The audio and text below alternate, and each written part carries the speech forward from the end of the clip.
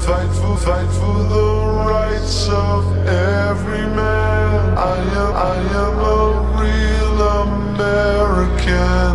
Fight for what's right. Fight for your life.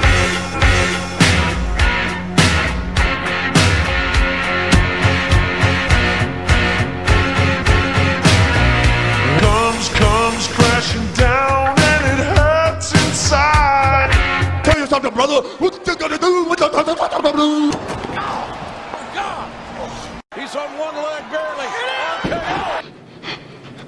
What's that smell?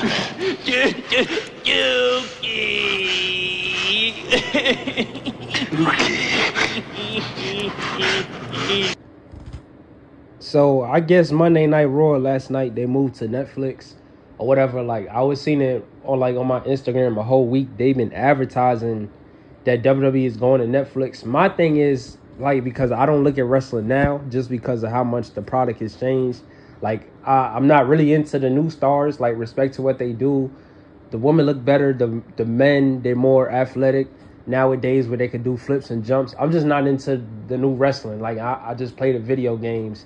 You know, but yeah, they moved to Netflix, and like the funniest thing is, you know, anytime WWE has a big event, you're gonna expect legends to be there, bro. Like, you're gonna always expect people like Stone Cold, people like The Rock, people like John Cena, like the big names of WWE. But my thing is, when I went on my Instagram, man, they was clowning the fuck out of Hulk Hogan. And I think he had Jimmy Hart with him too. Like, my thing is, Hulk Hogan was that star. Like, he did everything in the 80s when WWE was coming up. I felt that was disrespectful. But at the same time, that's not probably who the fans wanted to see. Like, you got to understand, you with a different crowd. Like, yeah, a younger kid might remember Hulk Hogan. Well, let me tell you something, man. Hulkamania, he's going to be going to WrestleMania to beat Andre the Giant. Like, it's the same thing when I see Hulk Hogan. You know what I'm saying? Like, when I was watching Hulk Hogan, all his promos up until like 2005, it was the same thing about how he slammed Andre the Giant and the Hulkamaniacs. Boy, this ain't the 80s. I don't think nobody really cared about that shit. Like, it was already bad for Hulk Hogan. I think after 2015, whatever he went through, like, his popularity like was decreasing.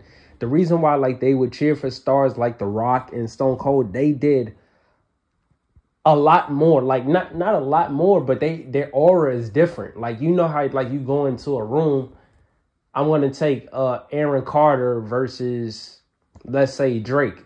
Who are people gonna be more attracted to? They're gonna be more attracted to Drake than Aaron Carter. No disrespect and rest in peace to him.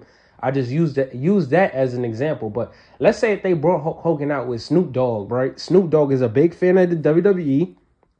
Snoop Dogg has a bigger aura. If they would have let Hulk Hogan talk with somebody like Snoop Dogg would have had that crowd rocking because he's funny, he's energetic. It's Snoop Dogg. Like, people remember Hulk Hogan, but it's like bro, it's Hulk Hogan. Okay. You know, I mean, I felt it was disrespectful, but I guess it's just times change now, you know, and it's like I said, people are going to remember The Rock. Like, people say The Rock got the same stick and the same jokes. Not necessarily. The Rock knows how to change up the character. The Rock could be funny and it could be jokes that came out of nowhere. Like, when he came back, that's when I was watching wrestling.